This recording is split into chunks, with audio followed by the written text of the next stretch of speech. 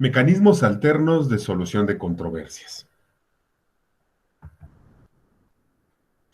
Cuando hablamos de mecanismos alternos, sobre todo en materia penal, es irremediable que invoquemos conceptos como mediación, conciliación o junta restaurativa.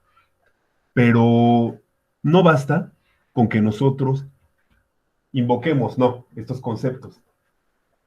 Por supuesto, debemos de tener una noción, aunque sea básica, un poco más generalizada de lo que es el concepto, para identificar, para reconocer a qué se debe que entonces nosotros hablamos de estas tres instituciones: mediación, conciliación y junta restaurativa. Por ahora, tal vez si sabemos que eh, hay un procedimiento paralelo al judicial en materia penal por medio del que habremos de concluir una controversia judicial, con eso estaremos al menos provisionalmente atendidos para desentrañar con base en los ejemplos, con base en esta explicación, lo que implican estos mecanismos alternos de solución de controversias.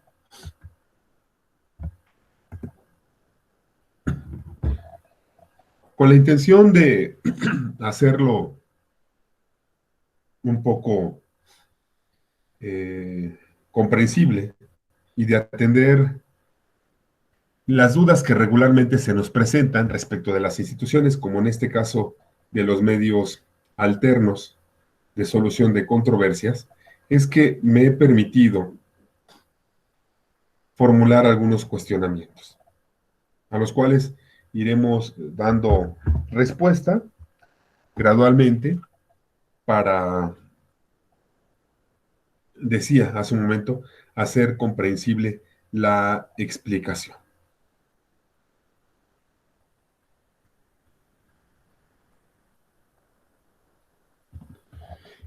El primer cuestionamiento es entonces, ¿cuál es la finalidad de los mecanismos alternos de solución de controversias? Para dar respuesta a este cuestionamiento, nos podemos aproximar a el artículo primero en su párrafo segundo, según el cual estos cuatro aspectos que aparecen aquí en el esquema son los que establecen la finalidad: propiciar, a través del diálogo, la solución de controversias que surjan entre miembros de la sociedad con motivo de la denuncia o querella referidos a un hecho delictivo, mediante procedimientos basados en la oralidad, la economía procesal y la confidencialidad. Por supuesto, no es la materia penal la única en la que existen los mecanismos alternativos. Sin embargo, al menos en la explicación que ahora estamos dando, toda vez que nos referimos a la Ley Nacional de Mecanismos Alternativos de Solución de Controversias en materia penal, sí nos referimos a esta última con la explicación.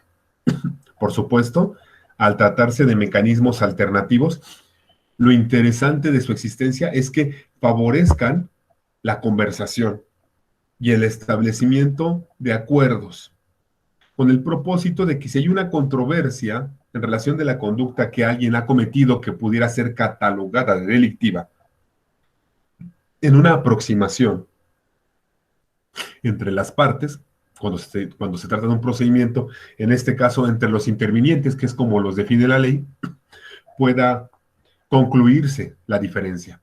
Obviamente, se hace gala del uso de la oralidad, se protegen los datos personales, y al ocurrir la implementación de estos mecanismos, se está favoreciendo la economía procesal. ¿Qué quiere decir eso? Que se reducen los tiempos para la impartición de justicia. Valdría la pena más adelante valorar si la implementación de los mecanismos alternativos lleva a la justicia a subsistir, o simplemente es una forma de evitar mayores contingencias entre dos partes. Porque desde luego el dedicarse a atender un procedimiento como ustedes, que si son involucrados en las cuestiones de litigio o de la función dentro del Poder Judicial, sabrán, aparte del desgaste emocional que implica, también trae consigo el gasto por parte del Estado. Y el hecho de que el Estado no gaste es algo que se favorece con estos medios alternativos. Otro planteamiento que podemos formular en relación de estos medios alternativos es el que tiene que ver con los principios que se consideran en la implementación de los mismos. Estos principios aparecen en el artículo 4 en relación con el 5º, pero vamos a detenernos en el 4º, porque se ha estipulado que son principios rectores de los mecanismos alternativos los que ustedes se encuentran, los 7 que ustedes se encuentran observando en este esquema. El primero es la voluntariedad. La participación de los intervinientes deberá ser por su decisión, libre de toda coacción y no por obligación. De ninguna manera, entonces, alguien, como la contraparte o una autoridad, podrá obligar a las partes a que se sometan a estos mecanismos.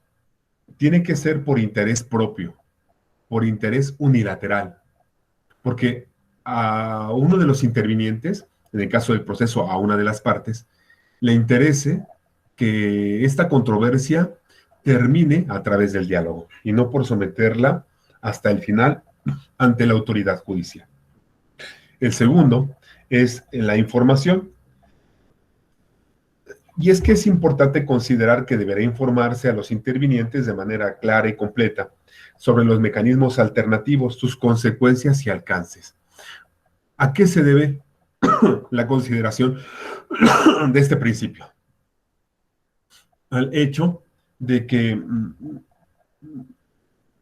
quien acepte que se implementen o quien solicite que sean considerados para dirimir las diferencias debe tener claro cuál va a ser su intervención, de qué manera se desarrollará el procedimiento y, por supuesto, cuáles serán las consecuencias del acuerdo o la determinación que al final subsista en esta confrontación de intereses. De otra forma, sería como participar a ciegas, estar engañado y no identificar que incluso estas determinaciones que se emiten por la implementación de los medios alternativos, en su caso por el facilitador o el acuerdo a que llegan las partes, puede ser reclamado en su cumplimiento.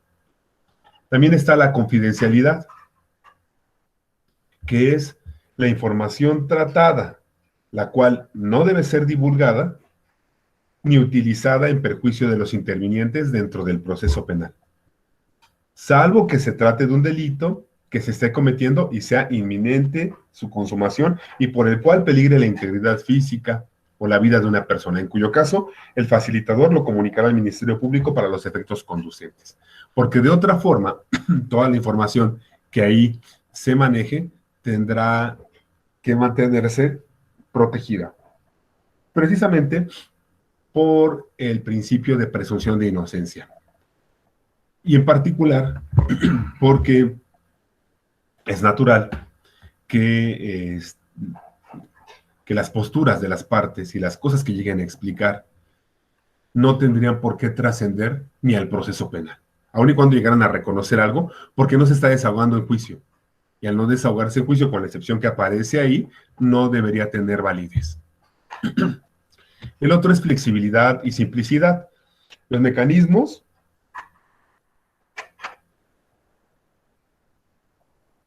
carecerán de toda forma estricta propiciando un entorno que sea idóneo para la manifestación de las propuestas de los intervinientes para resolver por consenso la controversia. Para tal efecto, se evitará establecer formalismos innecesarios y se usará un lenguaje sencillo. Porque además, cuando hay un facilitador, no pueden intervenir, como vamos a ver más adelante, los abogados de las partes, ni el defensor, como es llamado en procedimiento, como, como el asesor jurídico, porque, obvio, si se trata del diálogo para confrontar un acuerdo, sí pueden los intervinientes ser asesorados, pero no podrán ser representados en esta alternativa de solución, en virtud de lo cual tiene que ser muy simple, muy sencillo lo que se exprese y sin formalismos o solemnidades delicadas, ¿no? Estrictas, como dice la propia norma, que vayan a entorpecer este flujo de información para llegar a un acuerdo. También tenemos en quinto lugar la imparcialidad, y es que los mecanismos deberán ser conducidos con objetividad, evitando la emisión de juicios, opiniones, prejuicios, favoritismos, inclinaciones o preferencias que concedan o otorguen ventajas a alguno de los intervinientes. Se trata de que, en realidad les decía, fuera sencillo, pero además sea puntual, ¿no? De que no sea tendenciosa la intervención del facilitador. En ese sentido, es que está implicado el principio de imparcialidad. En cuanto a la equidad, que es el sexto que aparece aquí, los mecanismos deben propiciar condiciones de equilibrio entre los intervinientes. A eso se refiere la equidad. De repente puede confundirse con igualdad, pero acá en el procedimiento de los medios alternativos se cita como equidad porque, por supuesto, un interviniente no guarda la misma postura ni condición que el otro. Uno es el que ha sido afectado, el otro es el que ha afectado. Por lo tanto, se habla de equidad, cada uno en esa condición, sin que por la simple posición o la simple condición, las normas o la interpretación o la intervención pueda favorecer a uno y perjudicar a otro. Y en séptimo lugar, la honestidad. Los intervinientes y el facilitador deberán conducir su participación durante este procedimiento de los mecanismos con apego a la verdad. Todo eso aparece en el cuarto, ¿no? Y solamente en el artículo cuarto de la Ley Nacional de los Mecanismos Alternos de Solución de Controversias en materia penal, y que decía, aparece o está correlacionado con el quinto, porque el quinto se refiere en concreto a la procedencia. Y ahí está la pregunta. ¿Cuándo proceden los mecanismos alternos de solución de controversias? Pues el mecanismo alternativo será procedente en los casos previstos por la legislación procedimental penal aplicable. Y en ese sentido, con el fundamento en el artículo quinto que acabamos de mencionar, es que tenemos que con aprobación de la instancia administrativa, que es el Ministerio Público, o judicial, que es el juez de control, estos medios alternos o alternativos serán aplicables siempre que haya un delito culposo o un delito patrimonial sin violencia. Aunque este es el parámetro básico o inicial, no podemos descartar que también en los delitos que se persiguen por querella, los medios alternos de solución de controversias puedan aplicar. ¿Por qué no en los de oficio? Porque los delitos de oficio o los delitos patrimoniales con violencia, entre los cuales, por ejemplo, puede estar el robo con violencia, son delitos catalogados como de mayor envergadura, generan un atentado superior contra la sociedad. En ese sentido, sería imposible buscar a través de un acuerdo con la víctima o el ofendido un convenio con el cual se resarciera el daño. El robo, por ejemplo, es catalogado como un delito grave y como delito grave tiene que ser manejado. Entonces, en esas circunstancias específicas es que pueden proceder los medios alternos de solución de controversias. También planteado este cuestionamiento que dice, ¿cuándo será oportuno aplicar los medios alternos de solución de controversias? Y la respuesta la tenemos en el precepto sexto de la misma ley. Los mecanismos alternativos pueden aplicarse desde el inicio del procedimiento penal y hasta antes de dictado el auto de apertura a juicio o antes de que se formulen las conclusiones, según corresponda. Y es que, obviamente, son tres momentos muy diferentes en el desarrollo del procedimiento y que si bien es cierto, pudieran cerrarse diciendo simple y sencillamente que sería antes de que se formulen las conclusiones o antes del auto de apertura a juicio, pero que no pueden a final de cuentas aparecer ahí así, porque el auto de apertura a juicio puede traer una consecuencia muy diferente y que en un momento dado pudiera excluir de la responsabilidad a quien está siendo señalado como culpable de cometer una conducta. Sin embargo, cuando el auto de apertura a juicio se consuma y continúa el procedimiento, por eso es que se hace la otra acotación antes de que se formulen las conclusiones. De alguna manera, el legislador quiso explicarnos que la oportunidad de llegar a un acuerdo o de someterse a la conciliación, a la mediación y a la junta restaurativa, subsiste a lo largo de todo el procedimiento, siempre y cuando no haya una sentencia. Entiendo que a eso se quiere referir lo que se encuentra legislado en relación a estos medios alternativos. Y es que, si bien es cierto, en cualquier momento, hasta antes de que se formulen las conclusiones, puede darse, también lo es que la tramitación, aun y cuando es similar, cambia de un momento a otro.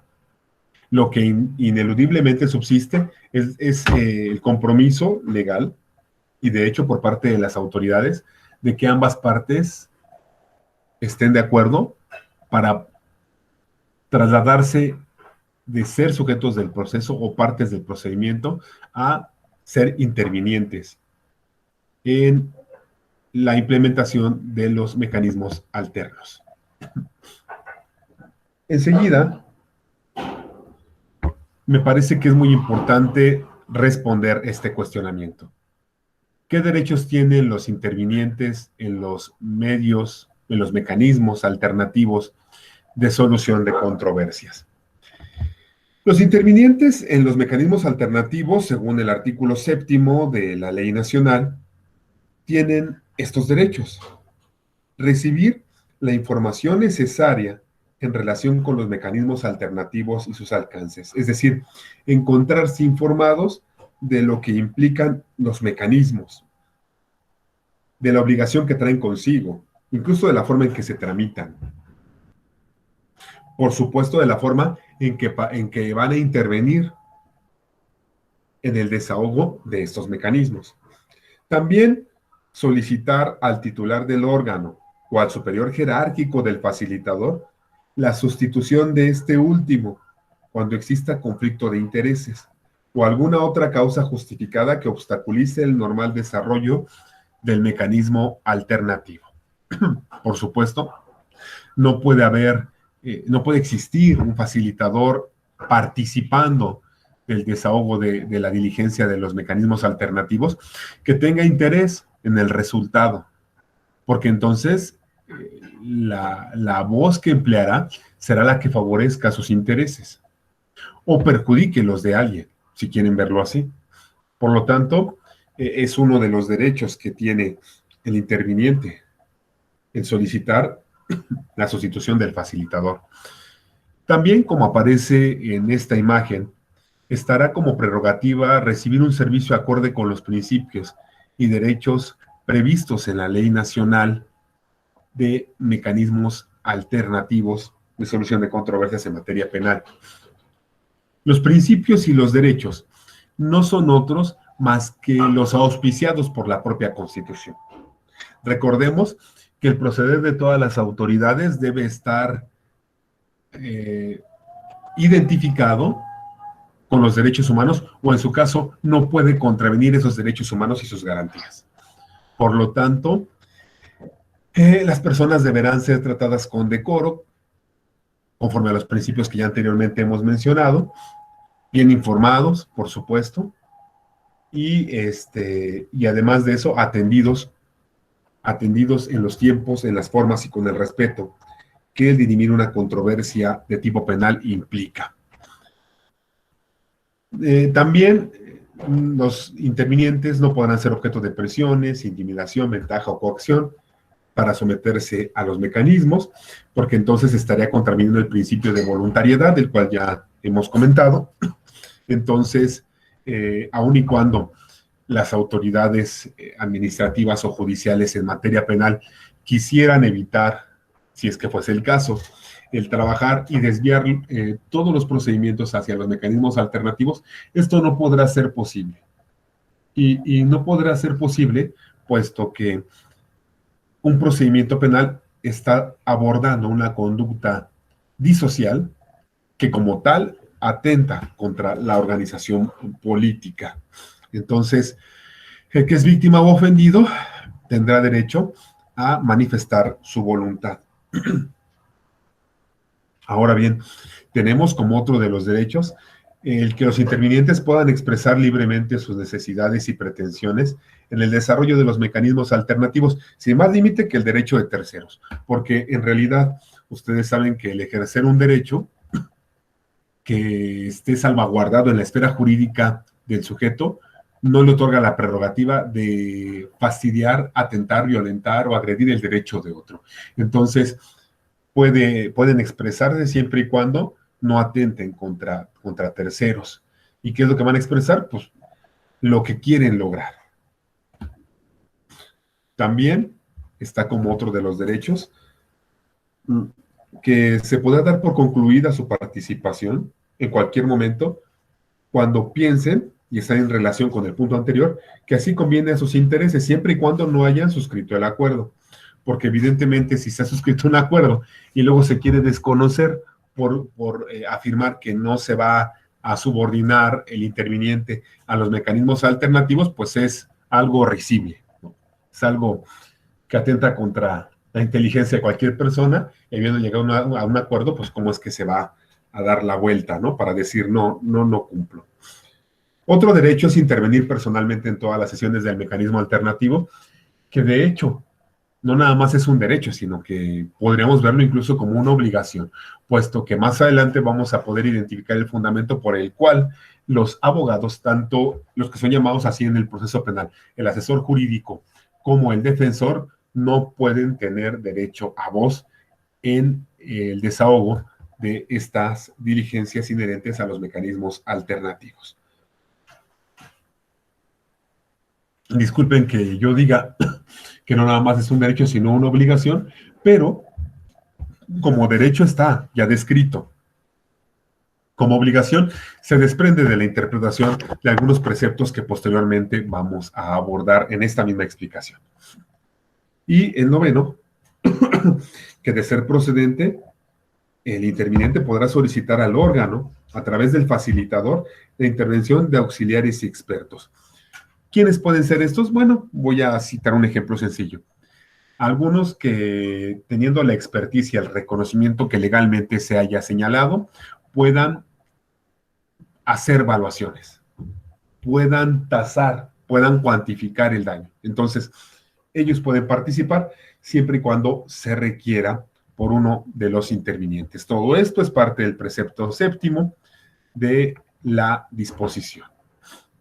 Otra pregunta que formulé para poder dar paso a una explicación más fundada es la de cuáles son las obligaciones de los intervinientes en los medios alternos de solución de controversias.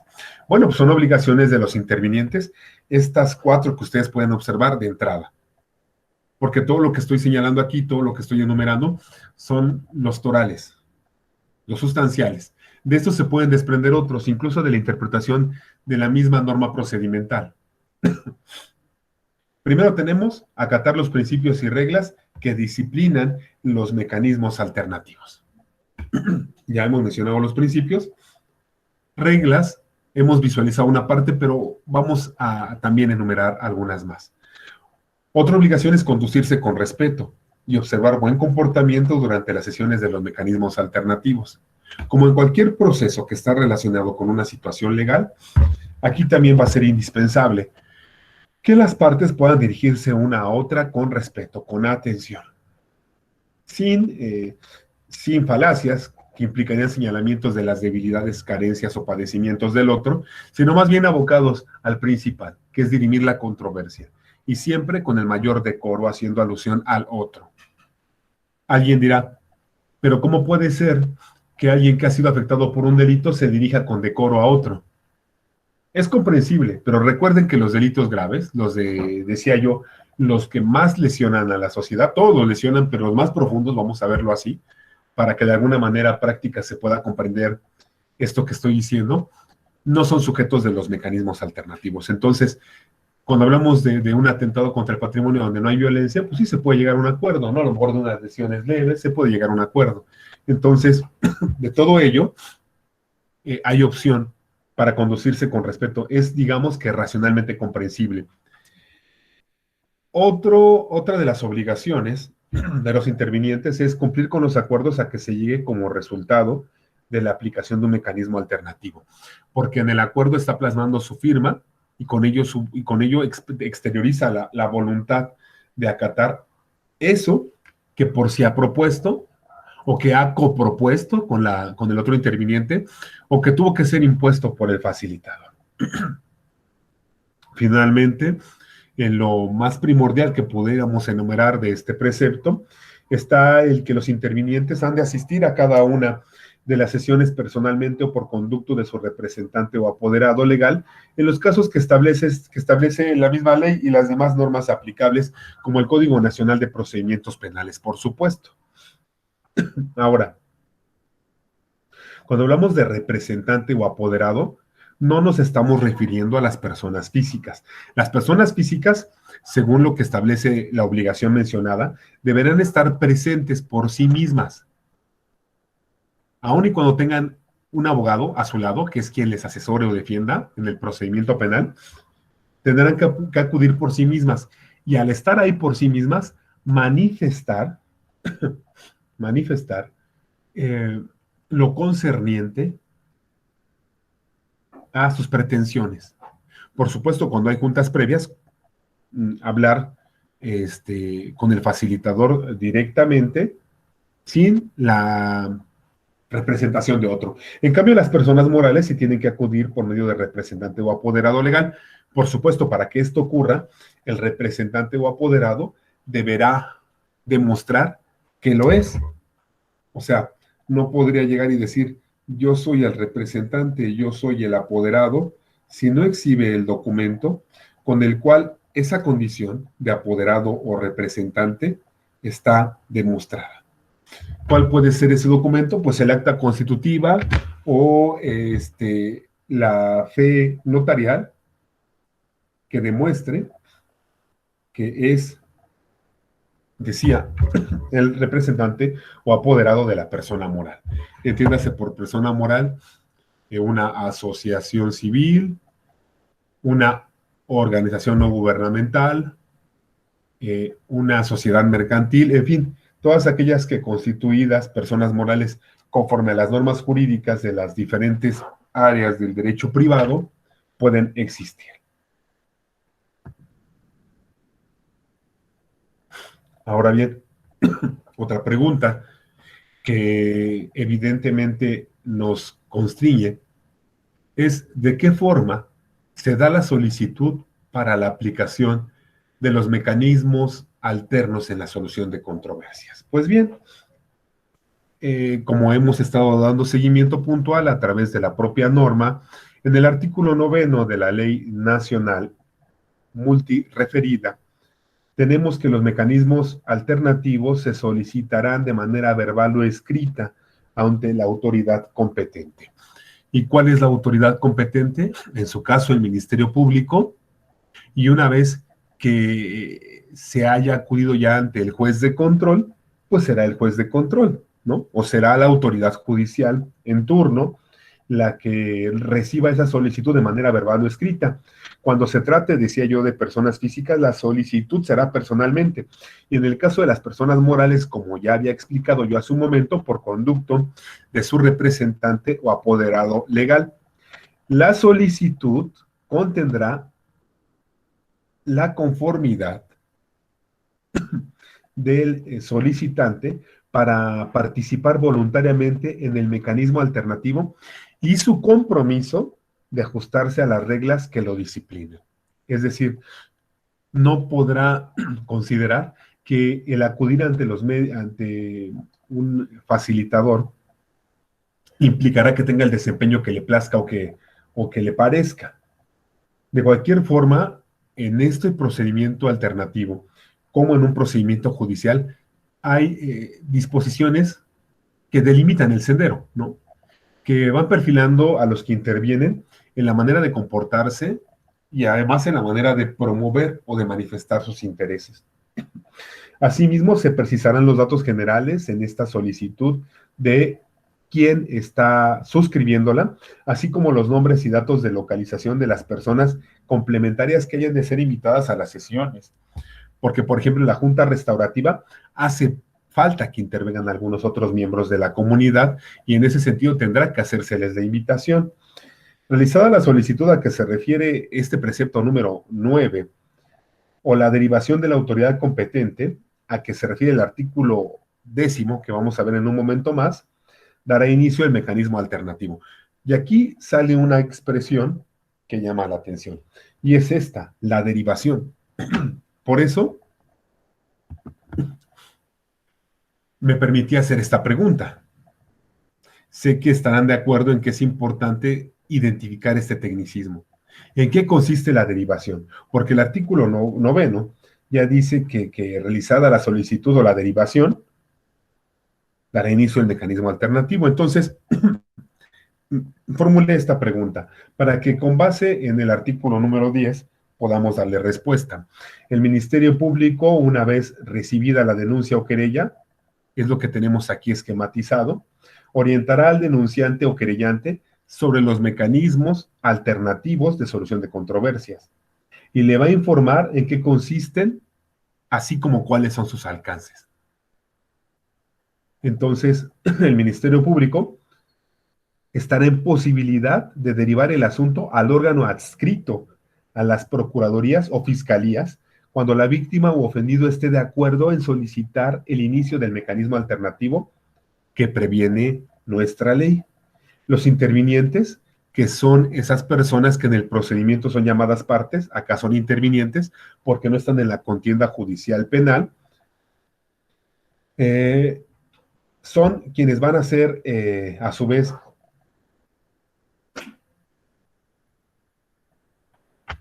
identificados para intervenir y tendrá que corroborarse que se cuenta con su domicilio y que se cumplan con los requisitos de oportunidad y procedencia que la misma disposición legal señala.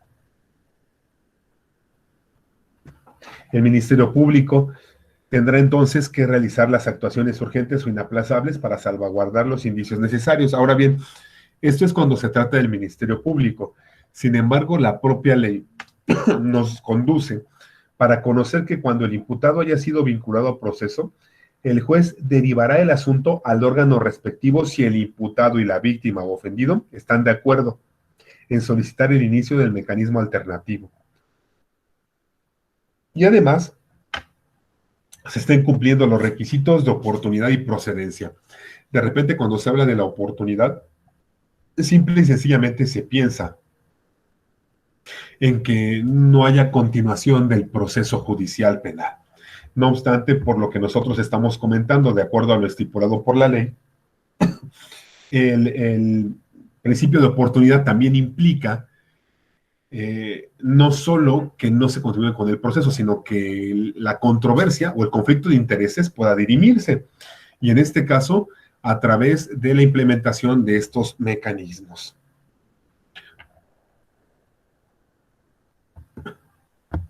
Ahora, ¿cómo se da la elección de órgano por parte de los intervinientes? Para ello, tenemos disposición expresa. Cuando el imputado, y ustedes lo van a poder observar en este gráfico, puesto que los he elaborado para que ustedes tengan una aproximación visual, ¿verdad? A lo que establece la norma y poder entonces comentarla.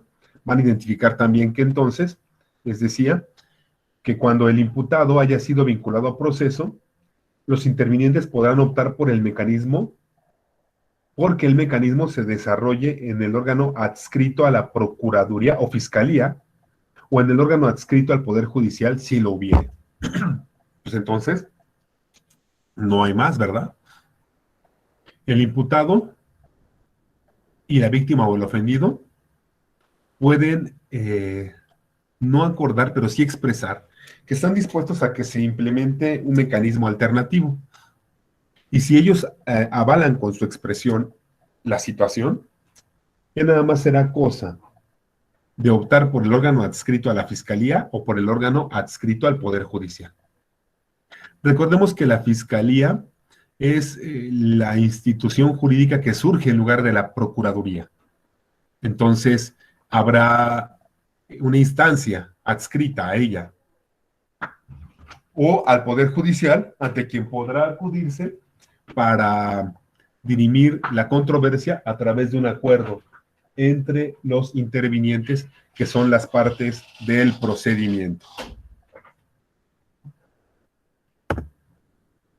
Ahora,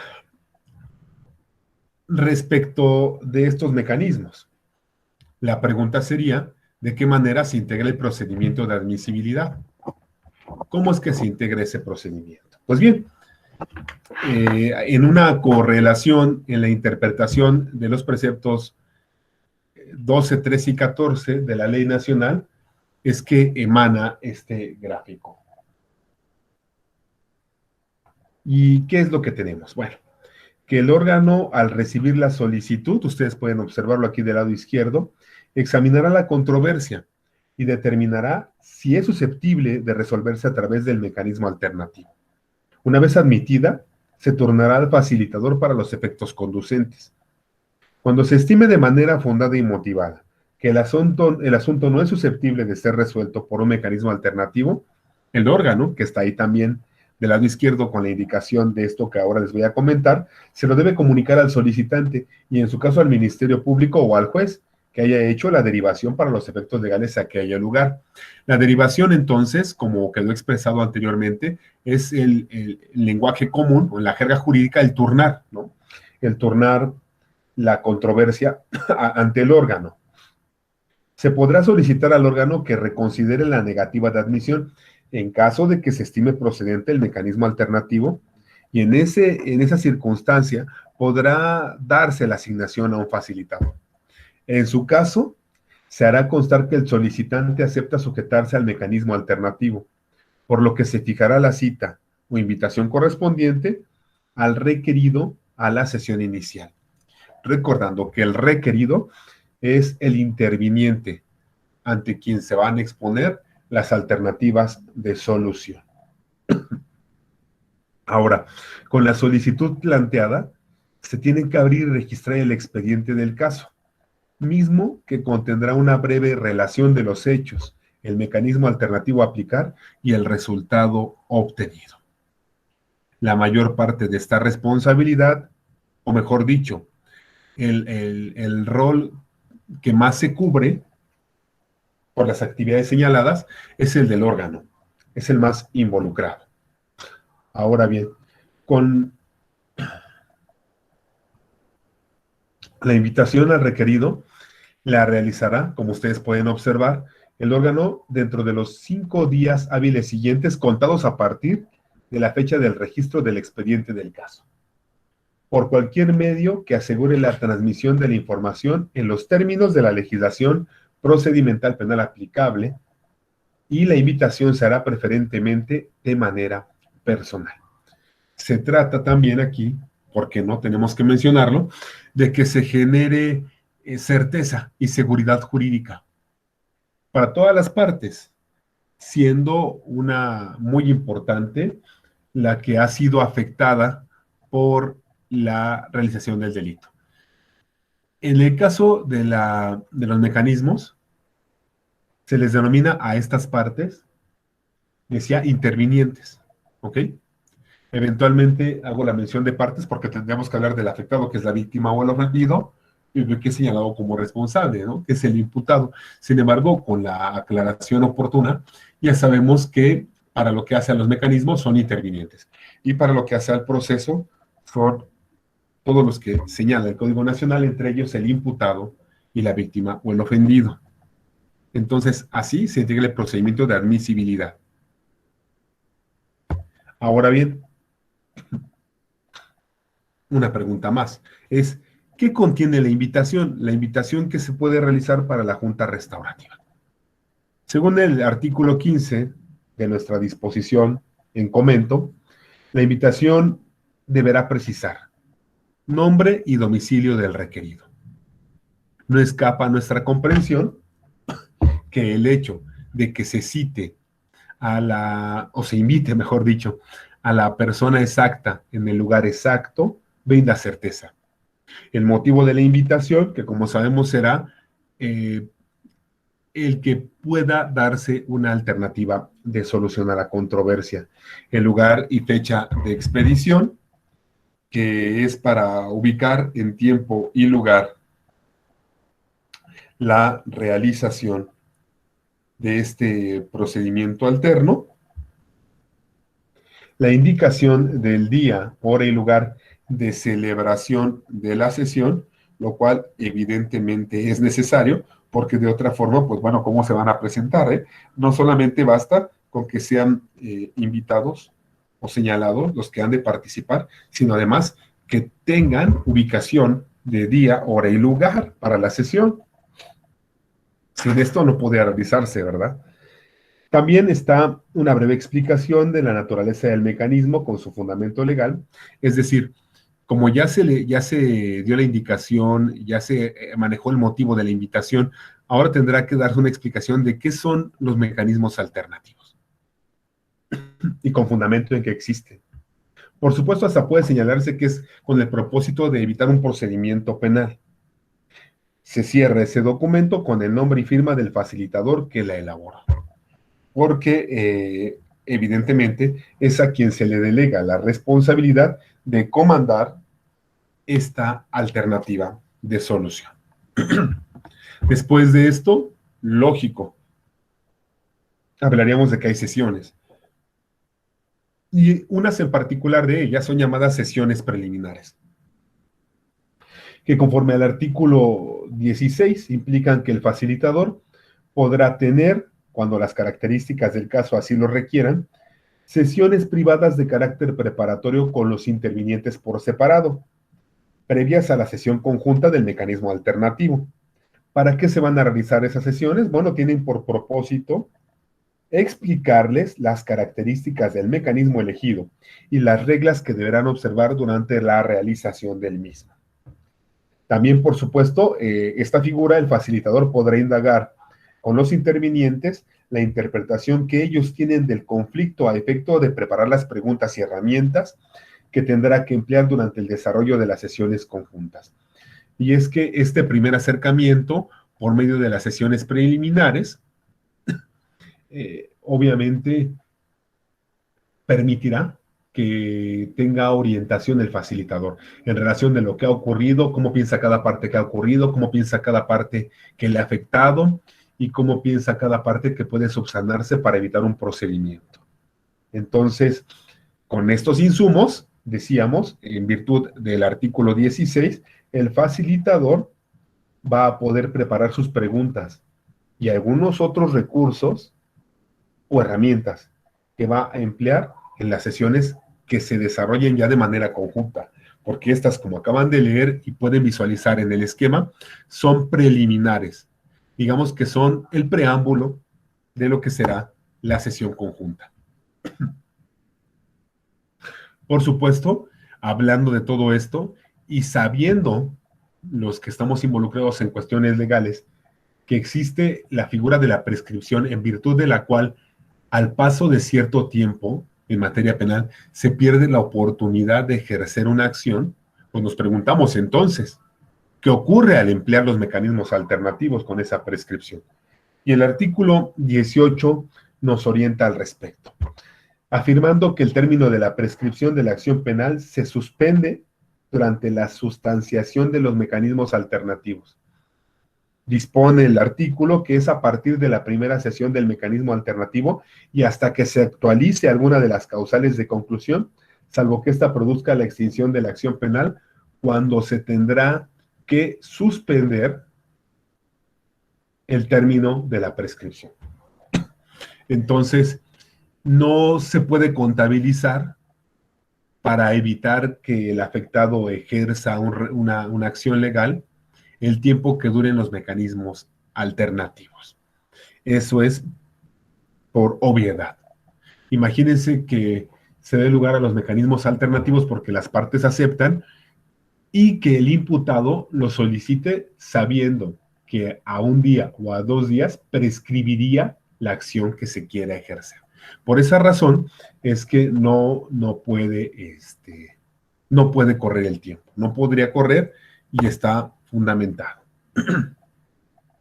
Ahora bien, ¿cómo se desarrollarán las sesiones de mecanismos alternativos? Me permití esquematizarlo para ustedes. Y es que las sesiones de mecanismos alternativos se realizarán únicamente con la presencia de los intervinientes. En su caso, de auxiliares y expertos, a petición de ellos. Los intervinientes podrán recibir orientación jurídica. Para ello, cuando ambos cuenten con abogado, estos podrán presenciar las sesiones. Sin embargo, no podrán intervenir durante las mismas. Ahora, según lo que establece este precepto, sería el caso de que si uno no cuenta con abogado, eh, quedaría a consideración del facilitador del caso de que el otro abogado pueda presenciar la diligencia. Se puede desprender de esta definición, pero sería como un tanto cuanto discrecional la determinación. En caso de que se suscite alguna duda de índole judicial que no pueda ser resuelta por los auxiliares y expertos invocados por el facilitador, cualquiera de los intervinientes podrá solicitar la suspensión de la sesión a fin de que pueda consultar con su abogado si lo tuviere. Una cosa es que pueda consultar o no, y otra cosa es que el abogado, de acuerdo a lo que anteriormente expliqué, puede estar presente o no.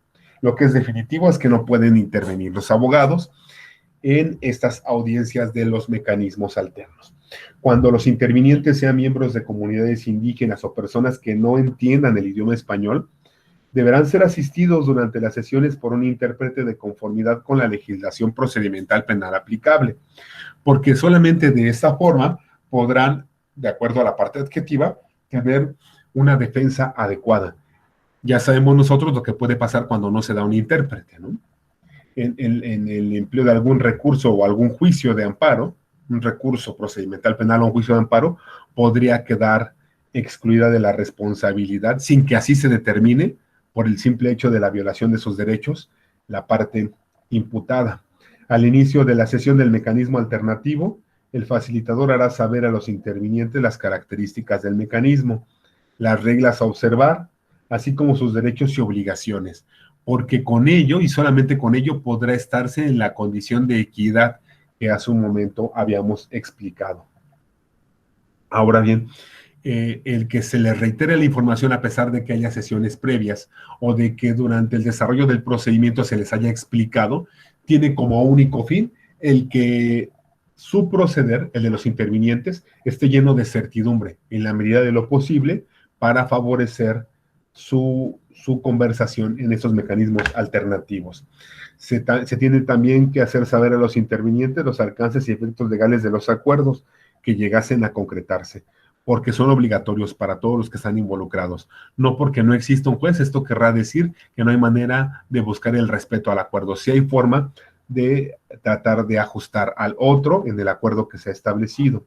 El mecanismo alternativo se dará por concluido si alguno de los intervinientes revela información confidencial sin perjuicio de las responsabilidades en que se incurra por tal conducta.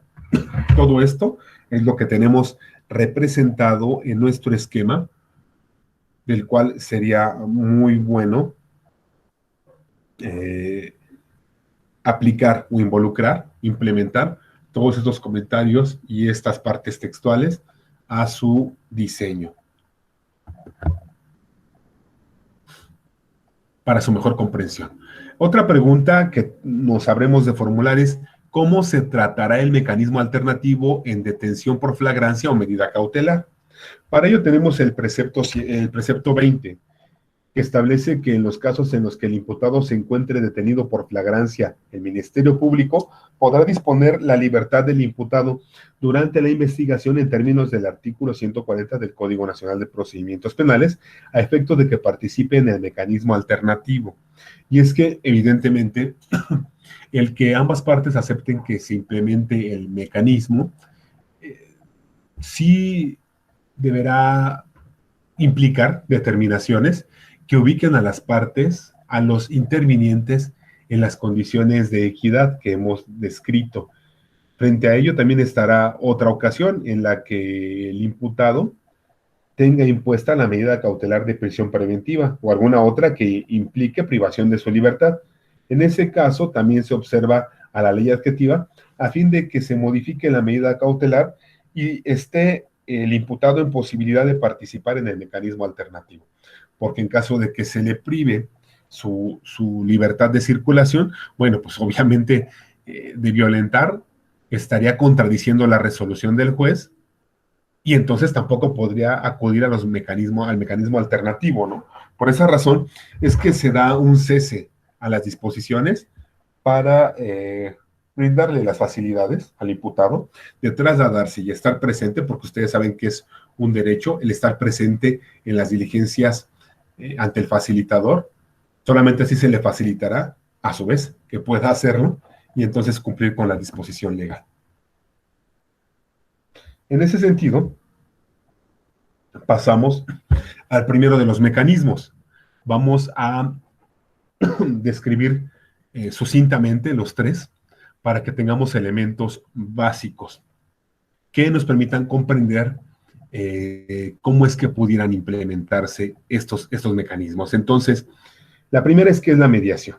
Según el precepto 21 de la ley, es el mecanismo voluntario, y aquí está disgregado en el esquema, mediante el cual los intervinientes, en libre ejercicio de su autonomía, buscan, construyen y proponen opciones de solución a la controversia, con el fin de alcanzar la solución de esta.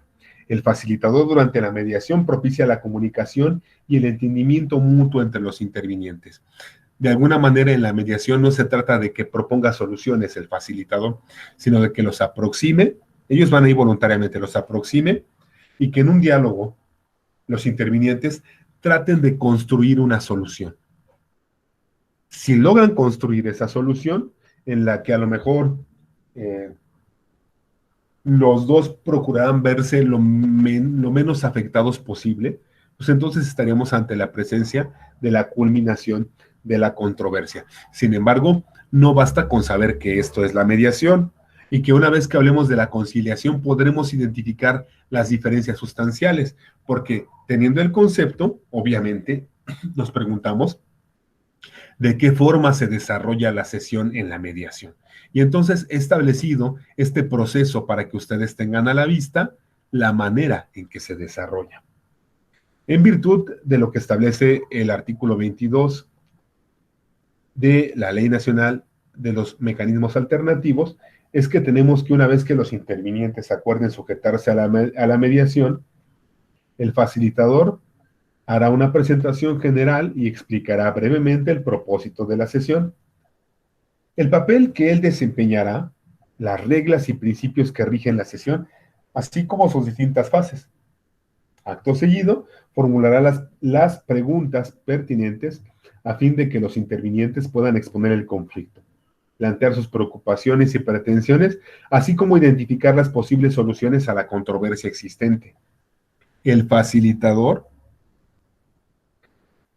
deberá clarificar los términos de la controversia de modo que se eliminen todos los aspectos negativos y las descalificaciones entre los intervinientes para resaltar las áreas en las que se puede propiciar el consenso. En caso de que el facilitador no pueda rastrillar o limar estas asperezas, Por supuesto que sería mucho más complicada la labor en la mediación. En ese sentido, él tiene que entonces, digámoslo así, poner en orden las cosas para inducir o facilitar el consenso. El facilitador podrá sustituir el mecanismo alternativo con la anuencia de los interesados cuando considere que es idóneo, dadas las características del caso concreto y la posición de quien interviene en el conflicto. En el caso de que los intervinientes logren alcanzar un acuerdo que consideren idóneo para resolver la controversia, el facilitador lo registrará y lo preparará para la firma de los intervinientes de conformidad con las disposiciones aplicables previstas en la ley. Entonces, ese es el devenir en la diligencia de la sesión conjunta en la mediación. Ahora, ¿qué rasgos tiene la mediación? Todas las sesiones de mediación son orales y además se registra el acuerdo alcanzado en caso de que ese acuerdo exista. Cuando una sesión no sea suficiente para que los intervinientes se avengan, se procurará conservar su voluntad para participar y se les citará, de común acuerdo, a la brevedad posible para asistir a sesiones subsecuentes para continuar con la mediación, siempre dentro del marco de lo que resulte razonable y sin que ello pueda propiciar el agravamiento de la controversia. Son esas las características que tiene la mediación con respaldo en lo dispuesto por los numerales 23 y 24 de la multireferida disposición.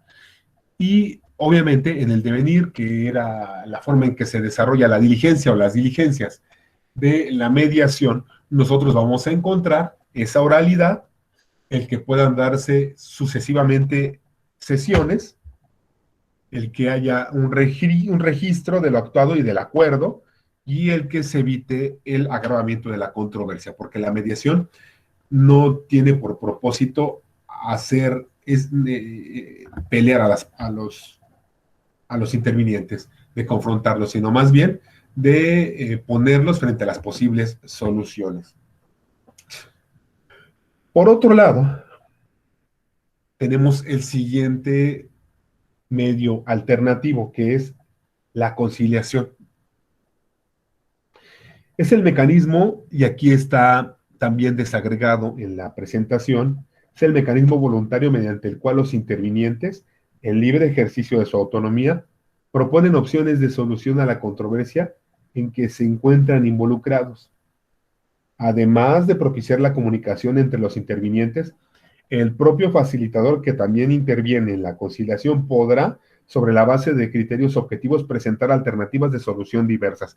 Entonces, entre la mediación y la conciliación hay una primera diferencia, y es que mientras en la mediación las dos partes dialogan y son aproximadas por el facilitador, quien tendrá que vigilar el respeto mutuo y que se pueda llegar a un acuerdo, acá en la conciliación no nada más hace eso, sino que también puede proponer soluciones para terminar con la controversia. Es el 25 de la ley nacional. Enseguida podríamos preguntarnos de qué forma se desarrolla la sesión en la conciliación. Pues la conciliación se desarrollará en los mismos términos previstos para la mediación. Sin embargo, a diferencia de la mediación, el facilitador estará autorizado para proponer soluciones basadas en escenarios posibles y discernir los más idóneos para los intervinientes, con respeto a los principios de la ley. El facilitador podrá proponer la alternativa que considere más viable para la solución de la controversia. Así es el proceder. Aquí está descrito en este esquema el desarrollo de la sesión, aplicando de forma supletoria el artículo 22 de la ley al artículo 26, porque este último así lo dispone. Entonces, tenemos este devenir, que es el que describe este diagrama de proceso, el que describe la forma en que se lleva adelante, en que se saca adelante la sesión para la conciliación.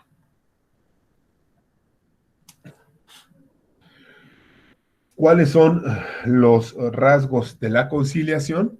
Decía, con sustento en el 26 y aplicación supletoria del 22, que es lo que nos da a entender el artículo 26 de la Ley Nacional, tendríamos que también son sesiones orales, subsecuentes, con registro del acuerdo alcanzado y que tratan de evitar que se agrave la controversia. Entonces, van muy de la mano la mediación y la conciliación. De hecho, es probable que un mecanismo alternativo autorizado por las partes comience en mediación y termine en conciliación, o que se traslade incluso a la siguiente figura, que es la junta restaurativa. Todo dependerá de cómo se vayan desahogando las diligencias. ¿Qué hay en relación de la junta restaurativa? Bueno, pues tenemos la definición con apego al artículo 27 de la Ley Nacional y establece que la junta restaurativa es el mecanismo mediante el cual la víctima o ofendido, aquí está descrito en estos engranes, el imputado y en su caso la comunidad afectada, en libre ejercicio de su autonomía, buscan, construyen y proponen opciones de solución a la controversia con el objeto de lograr un acuerdo que atienda las necesidades y responsabilidades individuales y colectivas, así como la reintegración de la víctima o ofendido y del imputado a la comunidad y la recomposición del tejido social. Esa es la definición y como ustedes se dan cuenta, varía un poco porque aquí ya se involucran las necesidades y responsabilidades individuales y colectivas. Y lo que es cierto es que también se trata de que haya diálogo y de que el responsable o el señalado como responsable de la conducta delictiva manifieste su voluntad y realice actos tendientes a obtener la disculpa de la comunidad. Y para eso tenemos que ver cómo se desarrolla la sesión. Es posible iniciar una junta restaurativa por la naturaleza del caso o por el número de involucrados en conflicto. Para tal efecto, el facilitador realizará sesiones preparatorias con cada uno de los intervinientes, a quienes les invitará y explicará la junta restaurativa, sus alcances, reglas, metodología, e intentará, por supuesto, despejar cualquier duda que estos intervinientes planteen. Asimismo, deberá identificar la naturaleza y circunstancias de la controversia, así como las necesidades de los intervinientes y sus perspectivas individuales, evaluar la disposición para participar en el mecanismo, la posibilidad de realizar la reunión conjunta y las condiciones para llevarla a cabo. En la sesión conjunta de la Junta Restaurativa, el facilitador hará una presentación general y explicará brevemente el propósito de la sesión. Acto seguido, formulará las preguntas previamente establecidas. Las preguntas, estas que menciono, se dirigirán en primer término al imputado, posteriormente a la víctima o ofendido, en su caso a otros intervinientes afectados por parte de la víctima o ofendido y del imputado respectivamente, y por último, a los miembros de la comunidad que hubieran concurrido a la sesión. Una vez que los intervinientes hubieran contestado las preguntas del facilitador, este procederá a coadyuvar para encontrar formas específicas en que el daño causado pueda quedar satisfactoriamente reparado. Enseguida, el facilitador concederá la palabra al imputado para que manifieste las acciones que estaría dispuesto a realizar para reparar el daño causado, así como los compromisos que adoptare con los intervinientes. El facilitador, sobre la base de las propuestas planteadas por los intervinientes, concretará el acuerdo que todos estén dispuestos a aceptar como resultado de la sesión de la Junta Restaurativa. Finalmente, el facilitador realizará el cierre de la sesión. Ahora, en el caso de que los intervinientes logren alcanzar una solución que consideren idónea para resolver la controversia, el facilitador la registrará y la preparará para firma de los intervinientes, de conformidad con lo previsto en los preceptos aplicables de esta misma Ley Nacional de Mecanismos Alternativos de Solución de Controversias en Materia Penal. Y todo esto que acabo de narrar lo tenemos aquí en un resumen esquemático que nos lleva, decíamos, desde que el facilitador programa reuniones preparatorias con cada interviniente hasta que registra la resolución y la prepara para firma. El precepto 28 es el sostén de la afirmación de este proceso. Espero que con la gráfica que aparece se haga muy evidente el desarrollo de la sesión ya comentado. Ahora bien, hablando de la junta restaurativa, ¿verdad? ¿Qué comprendería la reparación del daño? Pues bien, se deriva de la junta restaurativa y debe involucrar primero el reconocimiento de responsabilidad, ahí lo están observando ustedes, y la formulación de una disculpa a la víctima o ofendido en un acto público o privado, de conformidad con el acuerdo alcanzado por los intervinientes, por virtud del cual el imputado acepta que su conducta causó daño. Y entonces se asume, se determina que está arrepentido por el proceder que en relación de esta conducta tiene. En segundo lugar, como ustedes pueden observar aquí del lado inferior derecho, está el compromiso de no repetición de la conducta originada de la controversia y el establecimiento de condiciones para darle efectividad. ¿Cuáles son esas condiciones? Bueno, pues como inscribirse y concluir programas o actividades de cualquier naturaleza que contribuyan a la no repetición de la conducta o aquellos programas específicos para el tratamiento de adicciones, si es que fuese necesario, porque a la conducta delictiva aplicaré esa condición. Pero entonces, no nada más estamos viendo que se trata de pedir disculpas, sino de someterse a una disciplina, a un tratamiento, a un seguimiento que le permita corregir algunos de los aspectos que llevaron al que se llama todavía en esta parte de la norma imputado, que es uno de los intervinientes, a ser responsable de una conducta disocial. Y en tercer lugar, se trata de que exista un plan de restitución que pueda ser económico o en especie, reparando o reemplazando algún bien, la realización u omisión de una determinada conducta, la prestación de servicios a la comunidad o de cualquier otra forma lícita solicitada por la víctima o ofendido y acordada por los intervinientes en el curso de la sesión. Esto con fundamento en el artículo 29 de nuestra disposición legal nacional. Y surge otra duda. ¿Es posible sustituir el mecanismo alternativo? Para ello, he realizado, para poner este esquema a su alcance y esta explicación, he analizado los artículos 30 y 31, en virtud de los cuales tenemos que en el supuesto de que los intervinientes hubiesen participado en alguno de los mecanismos alternativos y no se hubiese logrado por este mecanismo la solución de la controversia, el facilitador podrá sugerirles que recurran a uno diverso, a un mecanismo alternativo diverso. En caso de que los intervinientes estuvieran de acuerdo, el facilitador fijará fecha y hora para iniciar dicho mecanismo en una sesión posterior. Que de ser mediación puede pasar a conciliación, ¿verdad? De ser conciliación puede pasar a junta restaurativa. Cuando no se alcance acuerdo, los intervinientes conservarán sus derechos para resolver la controversia mediante las acciones legales que procedan o bien cuando se alcance parcialmente respecto al conflicto que no fue posible resolver. Del mismo modo, cuando el acuerdo verse sobre la solución parcial de la controversia, se dejarán a salvo los derechos de los intervinientes respecto de lo no resuelto en el acuerdo para que de forma efectiva ellos lo puedan hacer valer a través del procedimiento penal que sea aplicable o que deba o pueda desarrollarse respecto de esa falta de acuerdo. Entonces, la respuesta es sí puede sustituirse el mecanismo alternativo de las formas que se ha mencionado. Y luego tendremos que preguntarnos, ¿en qué situaciones se darán por concluidos anticipadamente los mecanismos alternativos?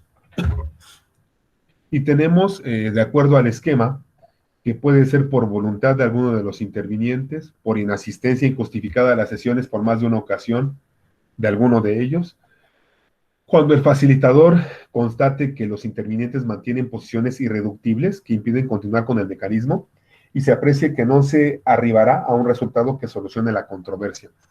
Por supuesto, también si alguno de los intervinientes incurre reiteradamente en un comportamiento irrespetuoso, agresivo o con intención notoriamente dilatoria del mecanismo alternativo, o por incumplimiento del acuerdo entre los intervinientes. Y es que en estas condiciones se está demostrando con base en el artículo 32 que no hay voluntad por continuar y solucionar la situación, que no hay voluntad. Otra pregunta es, ¿cuáles son los elementos de un acuerdo? Según el artículo 33, en caso de que el mecanismo alternativo concluya con una solución mutuamente acordada por los intervinientes, el facilitador lo tiene que hacer constar por escrito con la información enumerada acá, que es el lugar y la fecha de la celebración, el nombre y edad, información que se cotejará con un documento fehaciente, nacionalidad, estado civil, profesión u oficio y domicilio de cada uno de los intervinientes. En caso de representante o apoderado legal, se hará constar la documentación con la que se haya acreditado dicho carácter.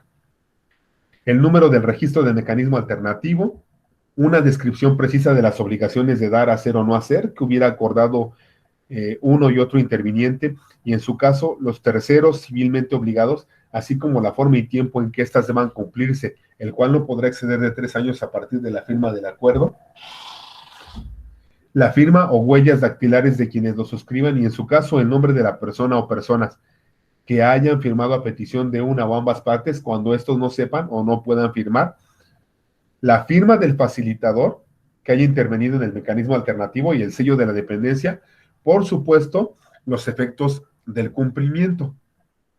El acuerdo podrá versar sobre la solución total o parcial de la controversia, como hemos comentado en la diapositiva anterior. En el segundo supuesto, en el de que la solución sea parcial, se dejarán a salvo los derechos de los intervinientes respecto de lo no resuelto en el acuerdo, porque decíamos que pueden buscar la forma procedimental, judicial, de agotarlo. El acuerdo deberá ser validado por un licenciado en Derecho del órgano, del cual se incluirá uno de los datos, algunos de los datos ya mencionados, como su nombre y firma.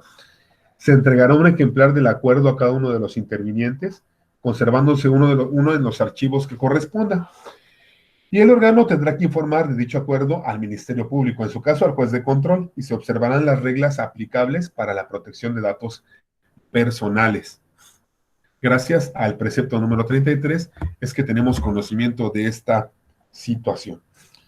Y también podemos mencionar qué características tienen los acuerdos. Pues entre otras está que el acuerdo celebrado entre los intervinientes con las formalidades establecidas será válido y exigible en sus términos. También que corresponde al Ministerio Público o al juez aprobar el cumplimiento del acuerdo, en cuyo caso resolverá de inmediato sobre la extinción de la acción penal o el sobreseimiento del asunto, según corresponda. La resolución emitida por el juez tendrá efectos de sentencia ejecutoriada. El incumplimiento del acuerdo dará lugar a la continuación del procedimiento penal. En caso de cumplimiento parcial de contenido pecuniario, este será tomado en cuenta por el Ministerio Público para efectos de la reparación del daño. Porque según los artículos 34 y 35, lo que se establece en los acuerdos es obligatorio para las partes, por supuesto. Al ser obligatorio es exigible y válido, como lo han escuchado. También puede darse el caso de que se reclame lo que no se haya cumplido por la vía que la parte afectada considere oportuno.